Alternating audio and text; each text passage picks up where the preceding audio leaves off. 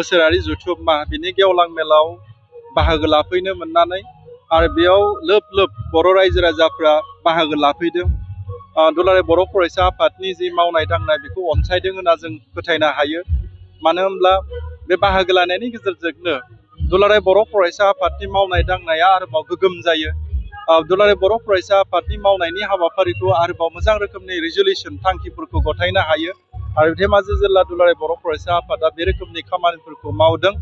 आरो बिथांमोना दुलाराय बर' फरायसा आफादनि मावनायनिनो जे सोलोंथाइनि बिथिं, समाजारि फोसाबनाय आरो रांखान्थियारि बेबस्था बेफोरखौ लानानै सावरायनानै जेखिनि बर' हारिनि न'खर आरो समाजखौ चेन्ज खालामनायनि हाबाफारि बिथांमोना बे खामानिखौ मावदों आरो बेखौ मोनथिनानै जोबोद गोजोननाय मोनदों। लोगोसेनो जिहेतुके धेमाजि जिल्ला दुलाराय बर' फरायसा आफाद अर्थात धेमाजि ओनसोला BKWCनि आवथायाव दङ। दा बिथांमोना फैबाय थानाय समाव दुलाराय बर' माहारिया जेरै जौगादों थिग बिदिनो धेमाजि ओनसोलाव थानाय गुदि फरायसालि, गेजेर फरायसालि, गोजौ फरायसालिनि भेन्सार स्कुलफ्रा जिहेतुके प्रभिन्सियेलाइज जायाखै, बे प्रभिन्सियेलाइजखौ 6.3 बिटिआर एकर्डनि क्लजनि जोहै मावफुंजानायखौ लुबैदों। आरो बियो सरकारनिया जिहेतुके मोनसे हें जाना थानाय मोनसे परिबेगा दङ। बेयो 6.3 जेब्ला जागोन अब्ला धेमाजि ओनसोलनि बे गुदि फरायसालि, गेजेर गोजौ फरायसालिनि प्रभिन्सियेलाइजआ जागोन। आरो लोगोसेनो आसाम सरकारा फोसावनाय जे high school, model high school बर' मिडियाम, बे मोनथाम धेमाजि जिल्लायाव गोग्लैदों। जेरै बेयाव नाम्बार 1 टेकजुरि आरो लोगोसेनो मिडिल जनाय आरो मोनसेया सिमेन्सापुरियाव। दा बेफोरो थाबैनो गायसनजागोन, बेखौ जोङो दुलाराय बर' फरायसा आफादनिफ्राय फोरमायदों रायजो राजानो, जिल्ला आफादाबो फोरमायदों। दा बे रोखोम मोनफ्रोमबो खामानिफ्रा जिहेतुके जालाङोब्ला बे ओनसोलाव जिहेतुके बर' हिसाबै थांना थानायनि दिनै राव, थुनलाइ, हारिमु बर' रायजो राजाफ्रा माने गोबानानै थांनानै दङ, आं बेखौ नुदों। फैबाय थानाय समाव बे रोखोमनि फारफ्रोमबो बिथिङाव जौगानाय मोनसे हाबाफारिया जालांगोन, बेखौ जोङो आसा थिनो हायो। स्पेशल डेटआ जितु आउट अफ बिटिसिनि थाखायल' जानांगौमोन, नाथाय दायो अल आसामनि थाखाय जानानै फैबाय। आरो नंगौ, दाखालि बावैसो जिखिनि फोसावनाय स्पेशल डेट फर बर' मिडियाम आउटसाइड बिटिआर, दा बेखौ दुलाराय बर' फरायसा आफाद, बर' साहित्य सभानिफ्राय आसाम सरकारजों सावरायनाय जादोंमोन। आरो कारना बेनोमोन जे आउटसाइड अफ बिटिआरनि बर' मिडियामनि फरायसालियाव जिहेतुके दिनैसिमबो भेकेन्ट पस्ट दङ बर' मिडियाम स्कुलफोराव, बेखौ सुफुंनांगौब्ला आउटसाइड बिटिआरनि फरायसाफ्रानो बेयाव एप्लाइ खालामनानै बेयावनो फोरोंगिरि हिसाबै मावनानै थायोब्ला जे गोजोर जागोन।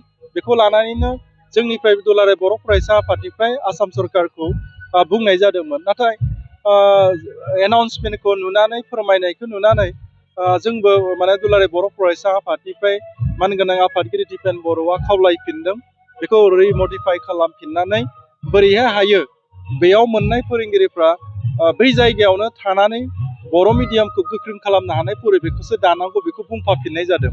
मानो होनब्ला क'क्राझारावबो सेन्टार मोनसे होनाय नुबाय। दा क'क्राझाराव होनाय लोगो लोगो बिटिआर ओनसोलनिबो जाहैबाय। दा बेयाव क'क्राझार सेन्टार होदोंब्लाबो बिटिआरनि बायजोनि मानसिफ्रा हैगोन ना बिटिआराव थानाय मानसिफ्रा होगोन, बिनि मडेलिटिया थिग जायाखै।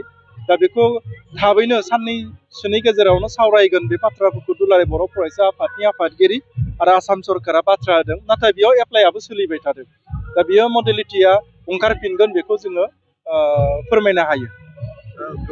नंगौ, बेनिखायनोथ' दिनै आसाम सरकारजों रायज्लायनानै दुलाराय बर' फरायसा आफाद, बर' साहित्य सभाया आउटसाइड बिटिआरनि बर' मिडियामनि स्कुलखौ फोथांनो थाखाय स्पेशल बर' मिडियामनि थाखाय आउटसाइड बिटिआर बा आसामनि टेटखौ बर' मिडियामनि थाखाय दानांगौ होननानै खावलायबोनाय दंमोन। मानोना थांनाय समाव नुबाय बिटिआर ओनसोलनिफ्राय क'क्राझार, चिरां, बाक्सा, उदालगुरि, तामुलपुरनि बिजाथिफ्रा धेमाजि, नैबे गलाघाट बा लखिमपुर ओनसोलफ्राव फैना बर' मिडियामाव फोरोंगिरि मावफैयो। नाथाय आरोबाव फिनै बिथांमोना माने गुबुन टेटआव पास खालामोब्ला आरोबाव बिटिसिआव बा बिटिआराव थांफिनो, गावनि जायगायाव थांफिनो। दा बेयो जोंनि थाखाय बिराद साननो गोनां मोनसे बाथ्रा, जाहाथे बे बाराव जाहाथे जाया, बेखौसो दुलाराय बर' फरायसा आफादा नोजोर बोदों।